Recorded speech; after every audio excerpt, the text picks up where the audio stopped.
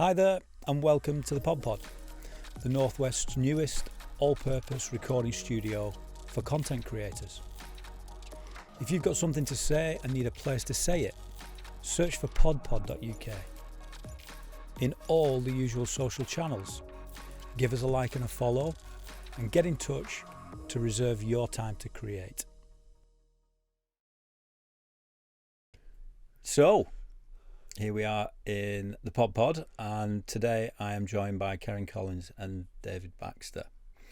And we're talking about social enterprise. And we're talking about everything around social enterprise.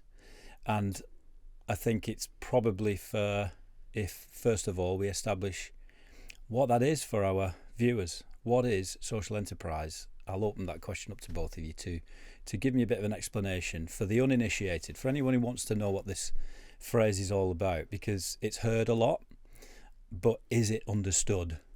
And I think that's something that you two guys should be able to help us with.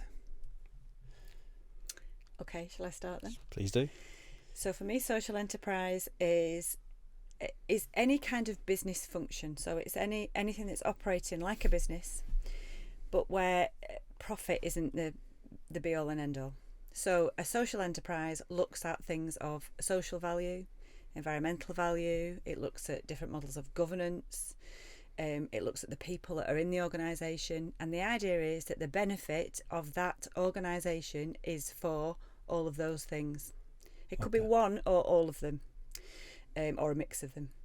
Whereas a business tends to focus on profit. Okay. So in the context of anyone who's watching this podcast, it may be that you've got someone who's got an idea in the borough and wants to turn that idea into a business, but maybe looking at social enterprise as the way forward. And I've heard of proper good. What's proper good, and how does that link into social enterprise then, for those individuals who may think that that's a way of kickstarting their idea? It's a big question. Just I know. Before we talk about proper good, let me just kind of frame the idea of investment with this business model, if you like. And one of the things I kind of want to clarify as well is a lot of people think social enterprise means not for profit, and it doesn't necessarily mean not for profit. Social enterprises can generate an income, a surplus, a profit, whatever that may be. The difference is that profit doesn't then go to shareholders or to a director so that they can drive around in a fancy Range Rover, for instance. But when that comes to investment, what that means is for these organisations, these enterprises, is they're often seen by investors as not commercially viable. Okay. Because profit isn't the be all and end all. Yes. And so this is where organisations like Proper Good comes in, because this is social investment. So social investment's often seen for an investor as a little bit more risky, because the first and foremost thing that people aren't looking for is what's the bottom line. They're looking at, if you like, the triple bottom line of what can I do to help the people in this organisation that I have set this organisation up for, or the enterprise might be there to do something environmental, or to provide social value, or to provide opportunities for people, or whatever it's there for. And because it's not there just to make a profit, investors often don't want to look at it. Okay. So this is where the likes of Proper Good comes in. Yes. So this is investment for enterprises who are commercially viable, but Proper Good understands the difference between a social enterprise and a standard commercial enterprise. Okay. So it's investment that is supportive. It comes at a cost. This isn't a loan. This isn't a grant. This is a loan. You're paying this money back, and you're paying it back with interest. And so the interest rates are probably a little bit higher than a commercial loan, for instance. Yeah. But that reflects the risk. Yes. But what Proper Good doesn't do is, send the bailiffs in when you haven't made your payment for a month. They appreciate that. There are going to be times when you can pay more money off and times when you're going to pay less money off, because they understand the way social enterprise works excuse me, and can support the organisation accordingly. Yeah, and it's good the idea of proper good with social investment, because I think nationally this has been the challenge with the word social enterprise, or if we give it a broader definition of social economy, because we know there's funders like Power to Change, we've talked about community businesses, there's cooperative models, there's trading charities, and we've always been defined as a sector as the voluntary community sector, and then obviously you've had the public sector and the private sector, but social enterprise has always covered that gap between social and enterprise. But because we've come from a long-standing history of the fact that social enterprises are social first, business second, we are always seen by people on the outside, from the private sector, the public sector especially, as being charitable. We are seen as being grant funding, because that's the way the sector is. And that has meant that over the years, groups have set up with amazing social purpose, but I've maybe never thought about going down the route of A, getting a business plan done, Yeah. but B, having to rely on spending half of their time writing a funding bid, and therefore I've probably never really imagined turning anything over more than say 20,000-30,000 a year. Yeah. And suddenly the way we're moving into this community wealth building world, we're moving into a world where the private sector with corporate social responsibility, the public sector looking at procuring locally. Our sector, which should be the answer to all those challenges, has never really been recognised, in my opinion, because we are seen as being charitable. And so where proper goods comes in, and obviously the idea of social investment, is that it is getting our groups thinking, well, I can actually do like a traditional business would do, which is go and get a loan or get the finance from somewhere, but trust your business plan, trust your business model, trust the social purpose. But it's a massive culture change because we are used to being grant funded. So social investment coming in is it's almost like recognised as the best way to bridge the social, like Kieran said, that we are used to doing, and maybe using some grant funding as research and development, but more importantly, it's seen as being an ethical way of having a loan. But that's what the private sector does, so it shouldn't be a distraction for our sector. Yeah. And obviously proper good needs to balance and put the right support in place to break those barriers down. Okay. So if I'm sort of channeling anyone who's watching this who might want to benefit from the help and guidance and ultimately loan that Proper Good could potentially help with, give me a typical example of someone who might be watching this. What are we talking about here when we talk about social enterprise? I'm thinking about, for example, our time in Bradford when we went to see some of the social enterprises over there. What we were given an example of was a cafe within which there was office space to be able to do networked meetings.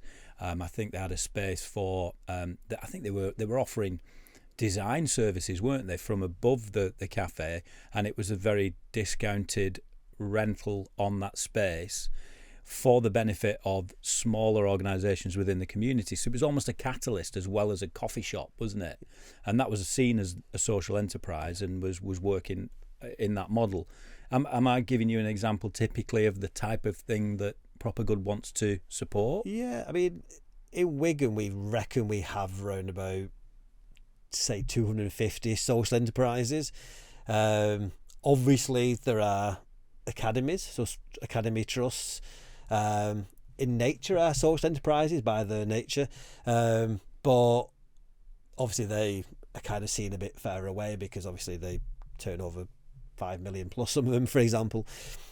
But what we are seeing is, you're right, we're seeing a lot of the community business side of the sector, those deeply rooted, fixed, community pubs, village clubs, community centres, especially in Wigan, with the asset transfer policy, we're seeing a lot of them take place.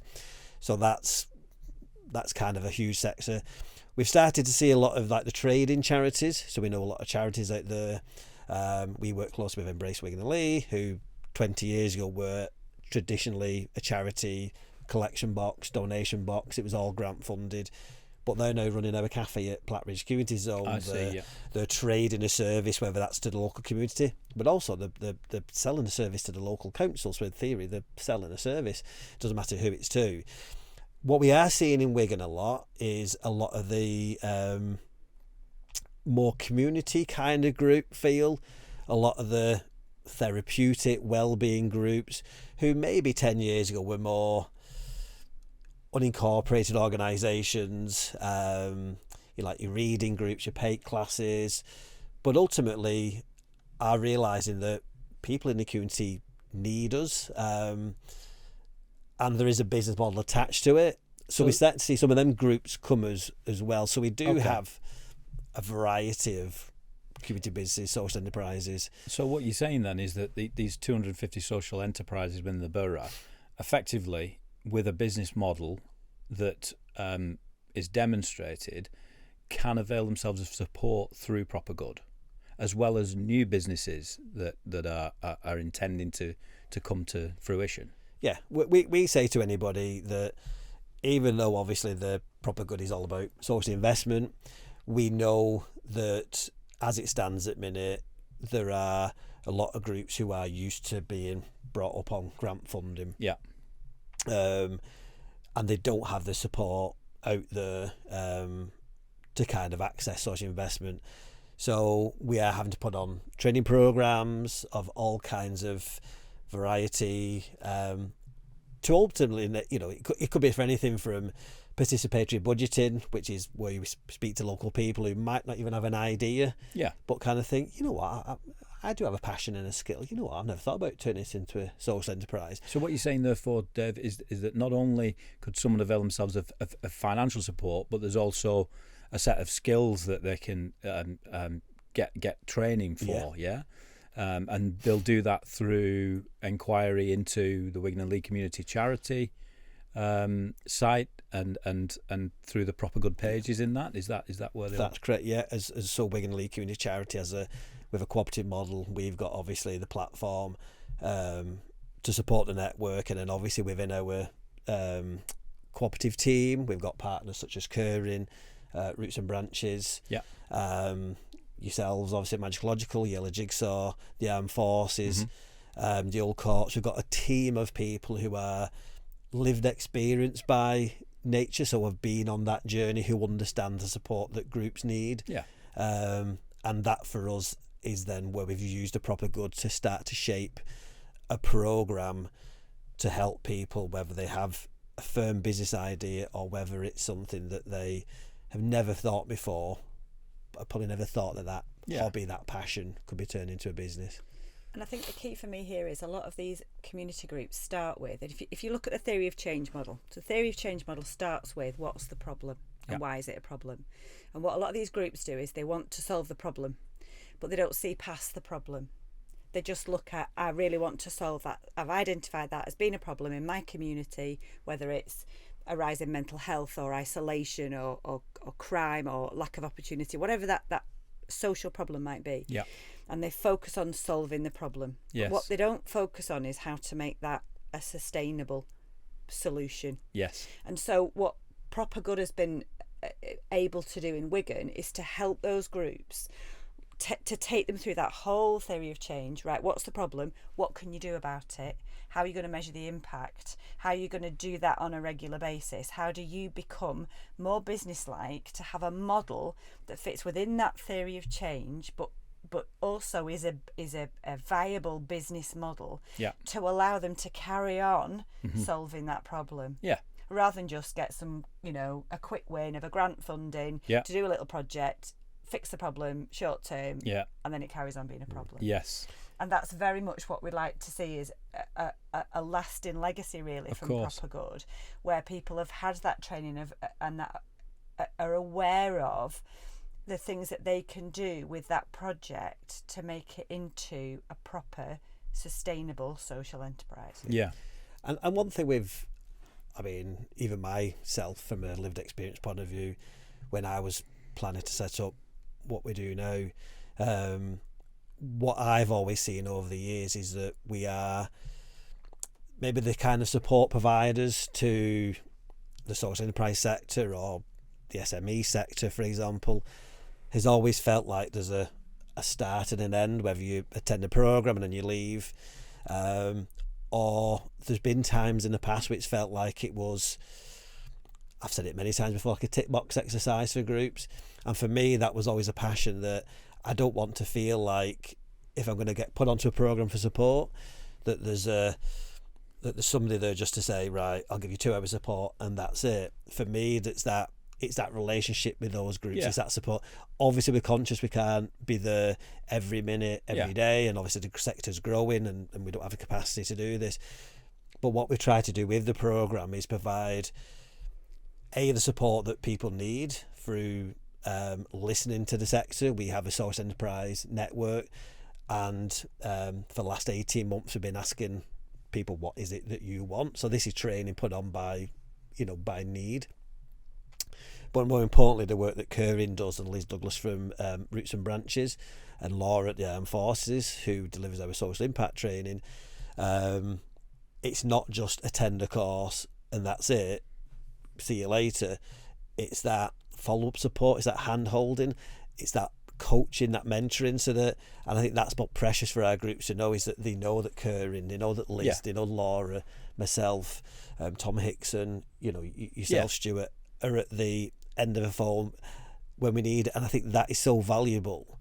I agree, and that's what I find really exciting about it, compelling about it, because it is about sustainability, and so in a nutshell, what you've got is someone in a community identifies a problem. Rather than just trying to address the problem and focusing on that, what Proper Good's doing, if I'm right, Karen, is it's allowing that individual to engage with experts in order to fully formulate what the best way of solving that problem is in a sustainable manner with a social enterprise model, identifying what they need to deliver it, whether it's more people, the revenue that it needs ultimately to deliver it, and the resources that will give them the skills to keep it going long into the future, as opposed to the quick fix of a grant here for a small project there. Exactly. And we've identified that the support that people need is the one-to-one support. We know they need obviously the grant funding support, so a bit of research and development. What's great about our programme is that we've got training now from, if you take all aspects of what the sector's about, there's obviously the business side of it, which Kieran delivers. We've realised that a lot of our sector is obviously from the health and social care, the social side of it. So groups need to measure their social impact, especially with the private sector now and the public sector keen to kind of support this a bit more, but we need to measure our impact. But what's also crucial in this is that people need to kind of well-being as entrepreneurs. Sometimes we are seen as sole traders. We are 24/7. We are passionate people who want to support everybody. So sometimes we need to feel better about ourselves and our emotional intelligence and our well-being. So that's where we've got some work, obviously, with Liz Douglas at Roots and Branches to kind of put that support on. For me, it kind of covers everything that people need, from the business side of it, the social side, but also support to that individual. Because on one hand, it feels like a fantastic family. When I started on this journey in 2009, I found this was my family, the social enterprise sector. But it can also be a lonely sector at times that people don't quite understand. Well, I don't think that's any different to business in general, is it? And we're all business people, and we find ourselves isolated in business a lot of the time. To me, it occurs to me that Proper Good is probably giving social enterprises quite a lot more than your average business gets, just in its day-to-day running. To have a mentor that will enable you to handle the frustrations that maybe you get in addressing an issue within your community, because there may be frustrations with the people that you're engaging with. You're wanting to do good for them, but ultimately it's a high pressure situation in a perhaps an area of should we say, social deprivation in some instances, where there are challenges socially in that community. So I think it's fantastic that Proper Good is offering that multi-dimensional set of supports that a lot of businesses in general in the private sector don't get. Yeah, and just to pick up on some of the points that Dave raised there on social value, I think it's really important, not just for the enterprises that we work with to understand the social value of what they do, but for other people to understand that social value as well. And when we talk about social value, again, what does that mean? Well, let's take, for instance, an enterprise doing some craft activities to support people who are isolated or maybe suffering from issues around mental health. By working with those individuals that they're working with in, doing some crafts or whatever, they are preventing those individuals then accessing, or not preventing them, sorry, they are ensuring that those individuals don't need to then access things like medical services for mental health at a cost to the NHS. It might be that they would struggle to get employment, for instance, so then there's a cost in terms of benefits. There are set costs for any of these things. The one that always strikes me, and it's not a cheery one, but the cost of a suicide to the community is around £1.2 million. And if you think of all those services that people in these communities are accessing day after day, whether it be health, social care, unemployment, all of those things cost money. Yeah. So for every person that's supported into a job or supported into a clean bill of health, there's a social value to it. And all of those social values are then connected, because that then goes up the chain, if you like, from that very small social enterprise that might be helping a small number in the community that it works in. They are then being supported by other enterprises or businesses around them, and they are supporting those businesses. Yeah. And that then becomes that community wealth building that you were talking about, that we're all supporting each other.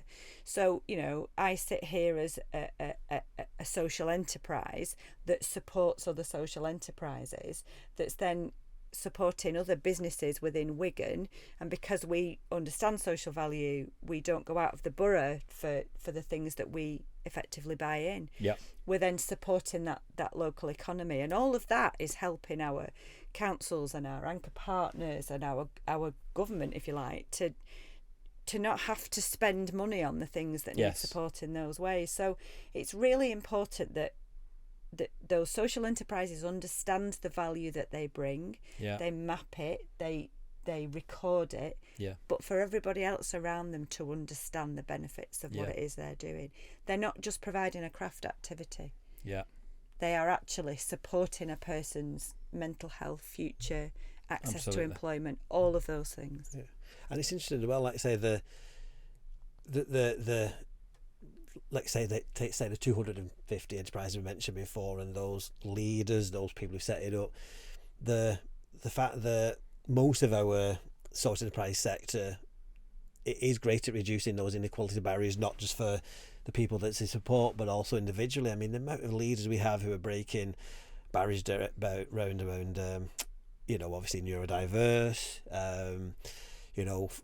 We did something last week, obviously, for International Women's Day. I mean, the amount of women-led entrepreneurs we have, the faith sector, the BAME sector. There's so many leaders who we've got who are kind of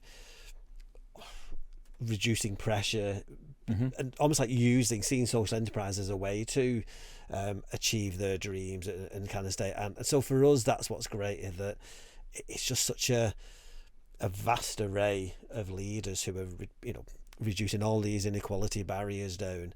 And like Karen said, there's so much money we save, and that's why we wanted to work with like what Karen's doing and what Laura's doing at the Armed Forces, because it needs tracking, but then equally at the same time it's hard, because as I was saying before, as leaders we are often seen as sole traders. We have the delivery side of it, there's writing the funding bids, there's writing procurement bids, there's financial accounting standard, but then we know how to do we call it social accountancy kind of sort of stuff, and it takes up a lot of time and pressure in a time where we don't have a lot of money put to the sector.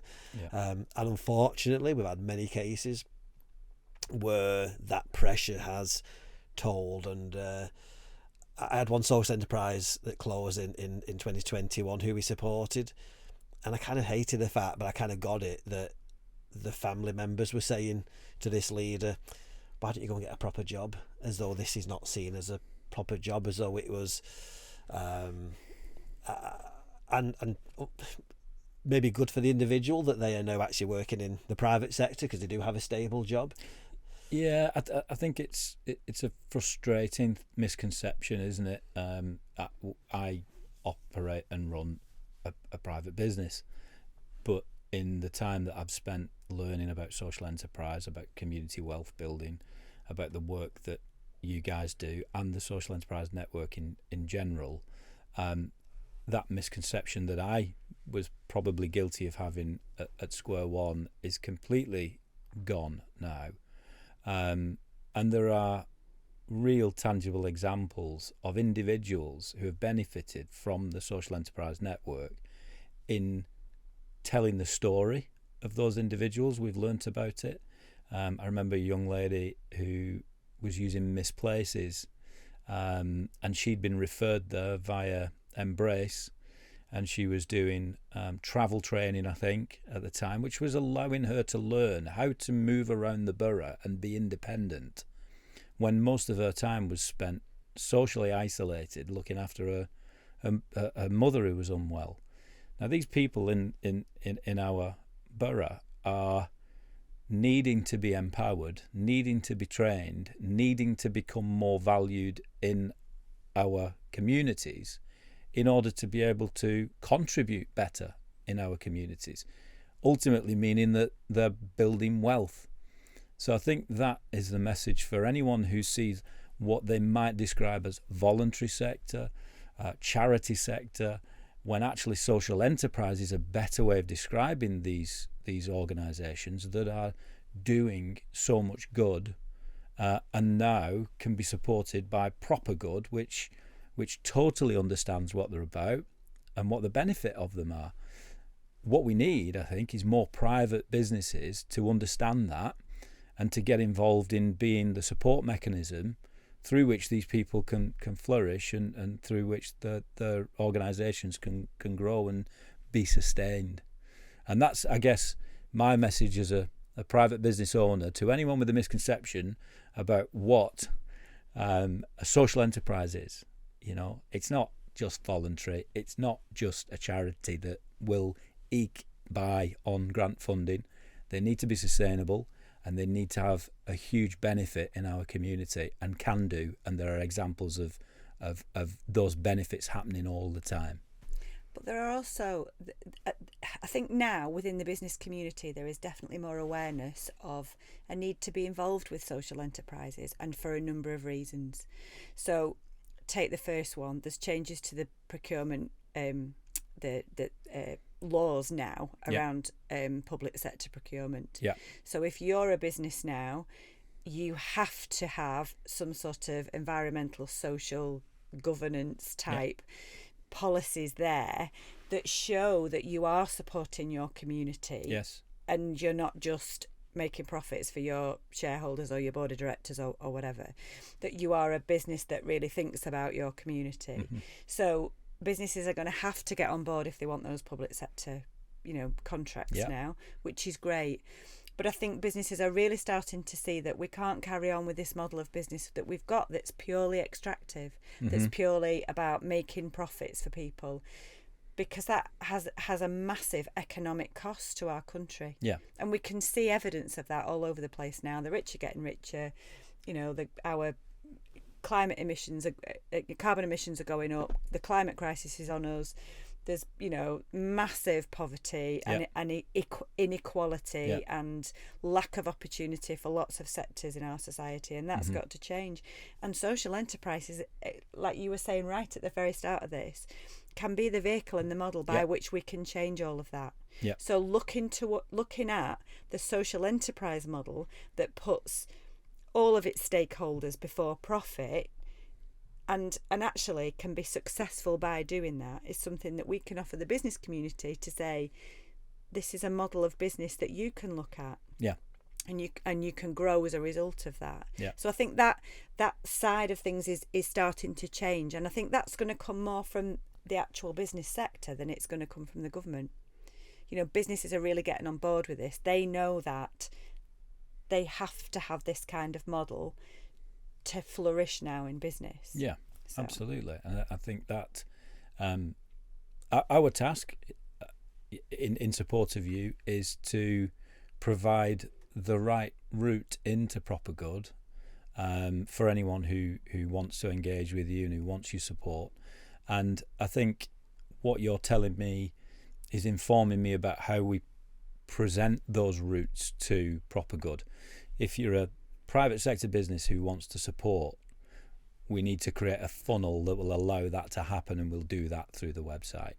If you're an individual who identifies a problem in your community and wants to create a sustainable model, then that will be a route into proper good through the website. Is there any other audiences that you want us to be able to support in getting in touch with you guys? Yeah, it's those community groups that are doing this kind of work now without it being, you know, formulaic. They're not kind of set up as an organisation, if you like, so they can get involved. There's the enterprises that are currently working but aren't connecting with anybody. So there's lots of people who just register as a CIC, for instance. So they're registered at Companies House. They're operating under that model of, well, I'm doing something for the community, and it's not for profit, if you like, or not for, you know, your stakeholders' profit, certainly. You know, but aren't connected with us. They can get involved. But also businesses can learn from social enterprises. Yep. It's not just about businesses supporting social enterprises, it's about business learning from us. Yeah. So brilliant. So just on that point, so yourself as Magical as a private sector business, yes, you've obviously been part of working with Wigan Leigh Community Charity since 2017. How then, in what Kieran was saying before, how do you feel how you as a private sector business has changed, but also what's your vision changed with working with the sector for the last, 7 years? Yeah, well, it's an interesting question because, as I've alluded to, we've gone through a bit of a learning curve. We probably had misconceptions at the very start of this in terms of what social enterprise was. I was very new at the point that we started to work together in terms of my business, so I was learning as I went along about setting up my own business, and therefore I was kind of holding a mirror up to my business in understanding what the differences are between a private sector business and a social enterprise, whilst communicating what social enterprises were with Made in Wigan for you, Dave.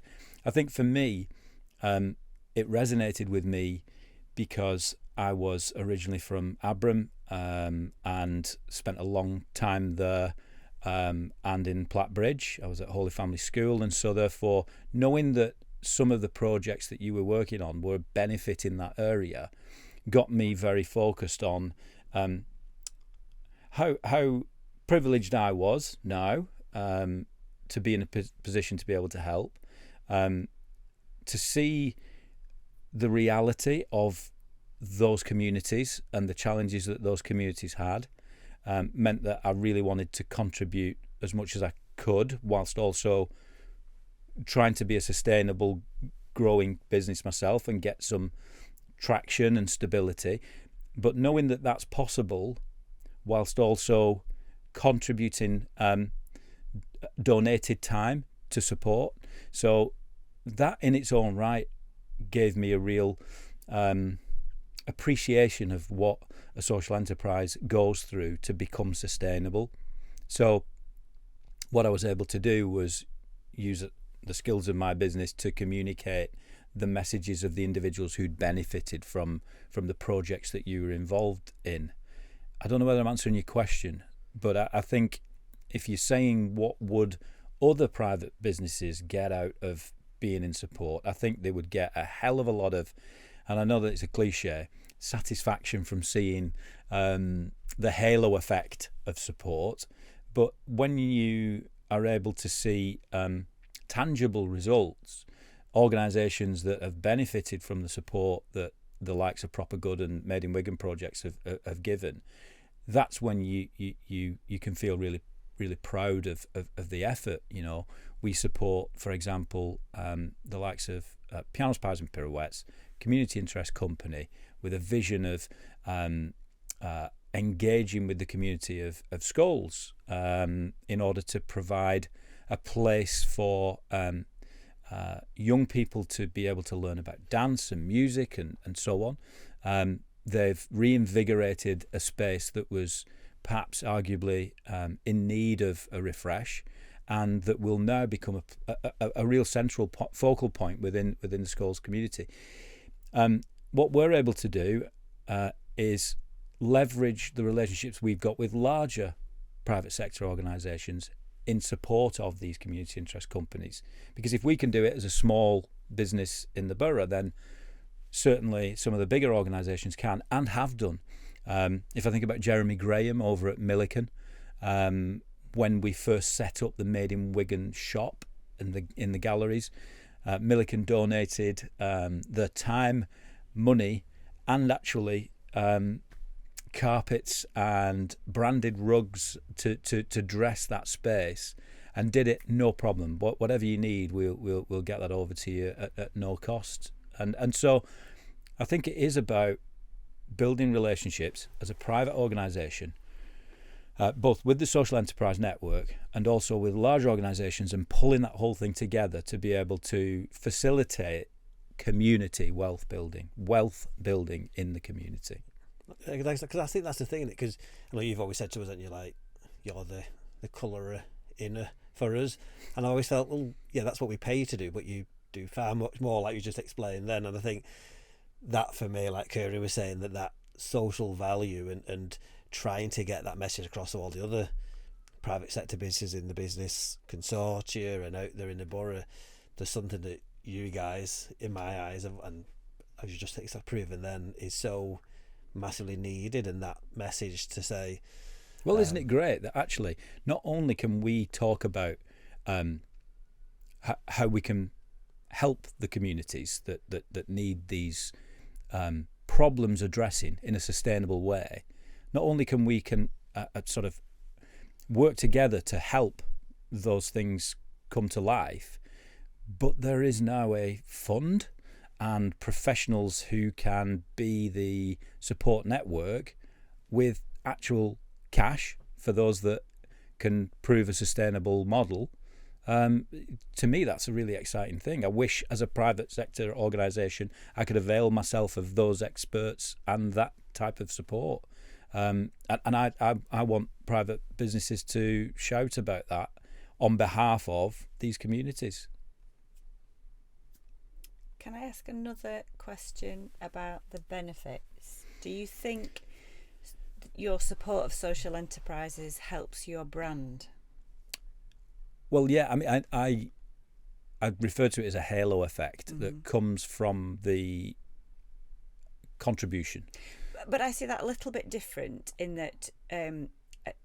So I think there were two things that I heard perhaps when you were talking. One is that you feel better that because you've done it, you feel better to have helped, and actually there is science behind that.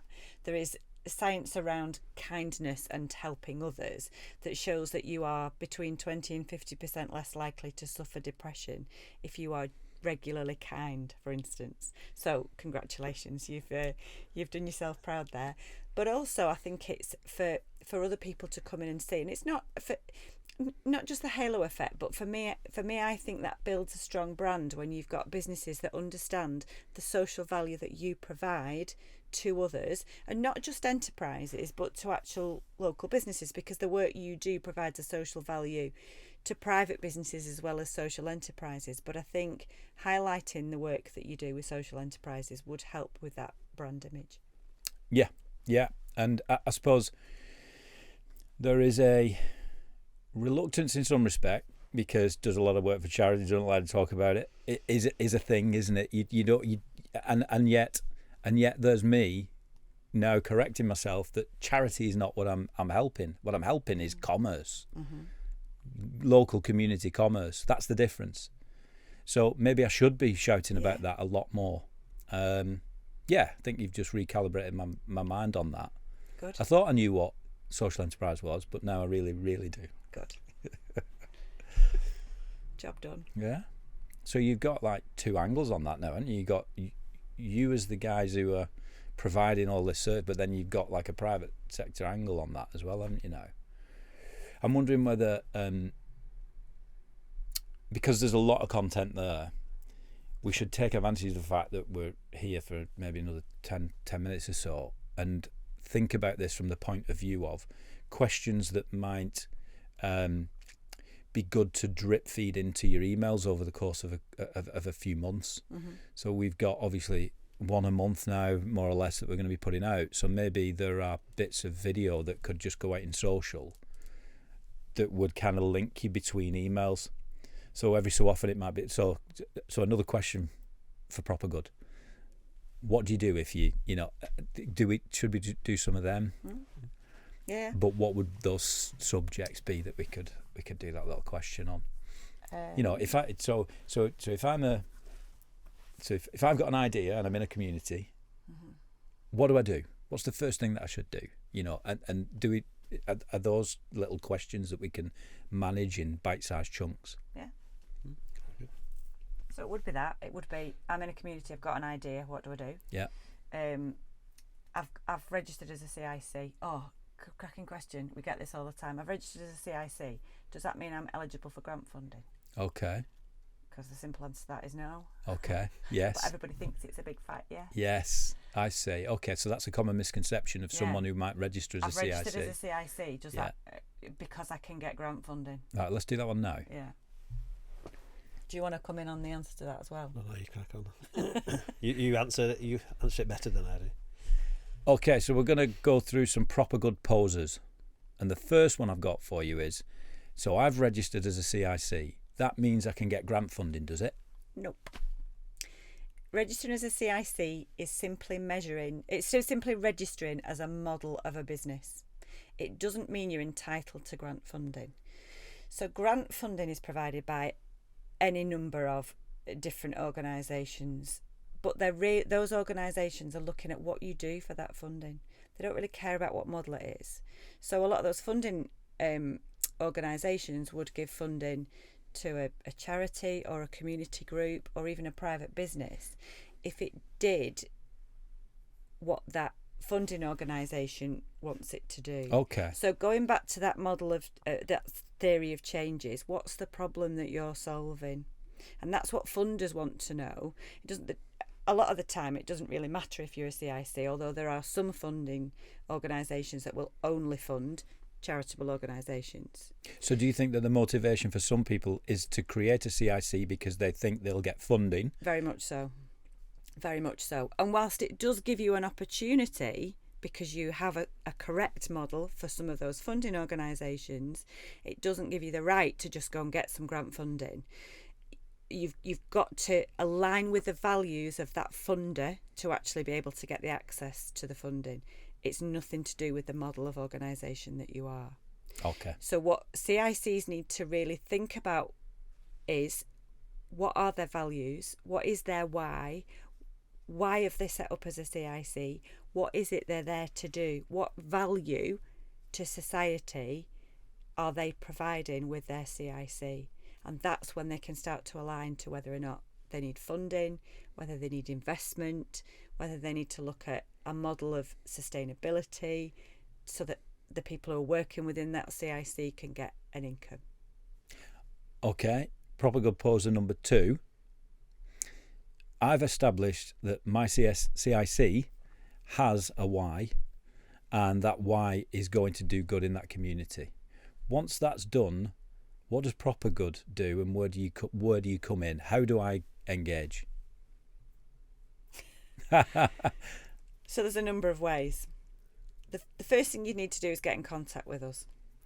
And if you like, there's a kind of a triage system. We'll ask you a load of questions about where you are and where you're up to, because you might be a person who's registered with the CIC, you've got a cracking idea, but you might have no business experience whatsoever. You might have no experience actually doing what it is that you're doing. You might just know that there's an issue.